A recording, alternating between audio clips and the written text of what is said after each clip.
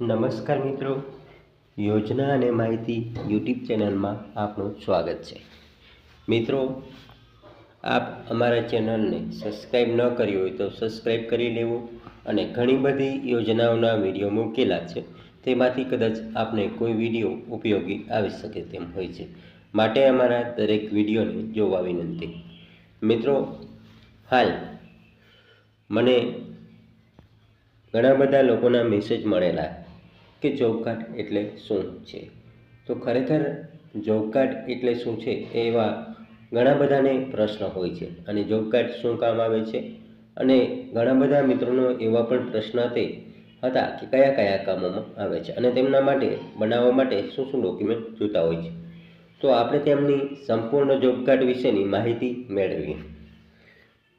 એ પહેલાં આપ અમારા ચેનલને હજી સુધી સબસ્ક્રાઈબ ન કરી હોય તો સબસ્ક્રાઈબ કરી લેજો, અને મિત્રો તેમનું લિસ્ટ કઈ રીતનું જોવું તે પણ આપણે જોશું. તો ચાલો મિત્રો શરૂ કરીએ આ રીતનો વિડીયો. મિત્રો, વાત કરીએ તો નરેગા જોબ કાર્ડ, જે જોબ કાર્ડ એક પ્રકારનું કારણની દસ્તાવેજ છે, જે મહાત્મા ગાંધી રાષ્ટ્રીય ગ્રામીણ રોજગાર બાંહેધરી કાયદા તરીકે ઓળખવામાં આવે છે, જેને આપણે ટૂંકમાં નરેગા કાયદા તરીકે ઓળખીએ છીએ.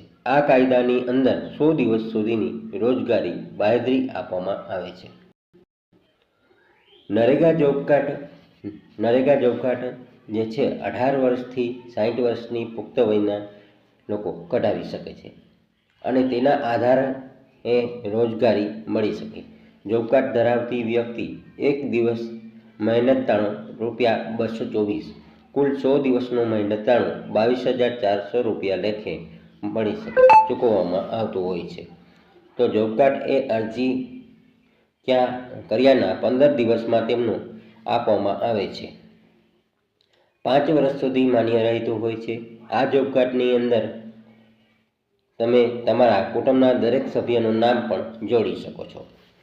મિત્રો, આપણે ઘણી વખત પ્રધાનમંત્રી આવાસ યોજના હોય છે કે પંડિત દીનદયાળ આવાસ યોજનાનો લાભ લીધેલું હોય, તેમાં આપણે મજૂરી મળતી હોય છે, અને તે જોબ કાર્ડ આપણા તાલુકા પંચાયત કચેરીથી બનાવ્યા હોય છે. જોબ કાર્ડની અંદર વ્યક્તિગત કરેલા કામ અને દિવસોની નોંધણી કરવામાં આવતી હોય છે, અને આ જોબ કાર્ડ હેઠળ જે તે કામવાળા વ્યક્તિને રહેઠાણ વિસ્તારના 5 કિલોમીટરની અંદર કામ આપવામાં આવતું હોય છે. કામનું સ્થળ દૂર હોય તો 10% મુસાફરીનું ભથ્થું પણ આપવામાં આવતું હોય છે. જોબ કાર્ડ કોણે મેળવવા પાત્ર છે? તો જોબ કાર્ડ ગ્રામીણ વિસ્તારના પુખ્ત વયના એવી વ્યક્તિ કે જે બિનકુશળ અને શારીરિક શ્રમ કરવો હોય તેવા વ્યક્તિ કઢાવી શકે છે. આ યોજનાના તમામ ગ્રામજનો માટે છે. જોબ કાર્ડ કઢાવવા માટે વ્યક્તિની ઉંમર 18થી 60 વર્ષની હોવી જોઈએ. વિકલાંગ કે સરકારી નોકરી કરતો વ્યક્તિ જોબ કાર્ડ માટે પાત્રતા ધરાવતો નથી.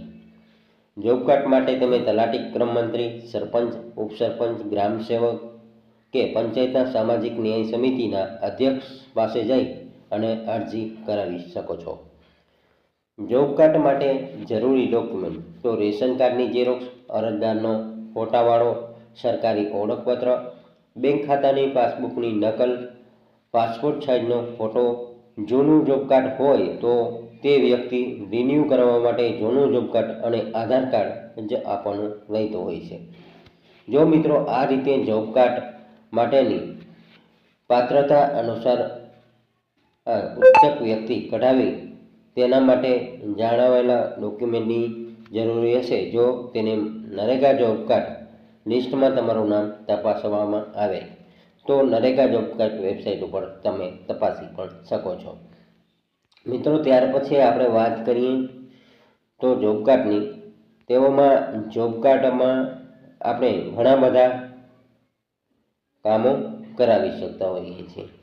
જેમ કે આપણે પ્રધાનમંત્રી આવાસ યોજના છે, ત્યારબાદ આપણી વાડીએ કેનાલ બનાવવા માટે જમીન લેવલ માટેના કામ માટે, મકાન કરેલું હોય તો, ત્યારબાદ ગામની અંદર રાહત કામ થતું હોય જે પહેલાં ખાતા ખોડાવવામાં કામ આવતું હતું તેમના માટે પણ છે.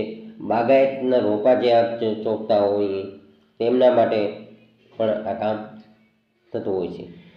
તેમ આમાં જ ઘણું બધું કામકાજ આ જોબ કાર્ડમાંથી થતું હોય છે. તેમની એક દિવસની મજૂરી 224 રૂપિયા લેખે મળતી હોય છે અને આને કહેવાય જોબ કાર્ડ. તો મિત્રો, આપનું જોબ કાર્ડ બનાવવા માટે હમણાં જ મેં તમને જણાવ્યું એ જ લોકોનો તમારે સંપર્ક કરવાનો રહેતો હોય છે. હવે મિત્રો, આપણે જોબ કાર્ડ લિસ્ટમાં આપણું નામ છે કે નહીં તે કઈ રીતનું જોવું? તો સૌપ્રથમ તો તમારે ગૂગલમાં જોબ કાર્ડ સર્ચ કરવાનું રહેશે. એટલે આ રીતની સાઇટ જોવા મળશે, NREGA.in. તેમની વેબસાઇટ ઉપર ક્લિક કરશો એટલે આ રીતનો ઓપ્શન આવશે. તેમાં રિપોર્ટ જનરેટ કરો એના ઉપર ક્લિક કરવાનું રહેશે.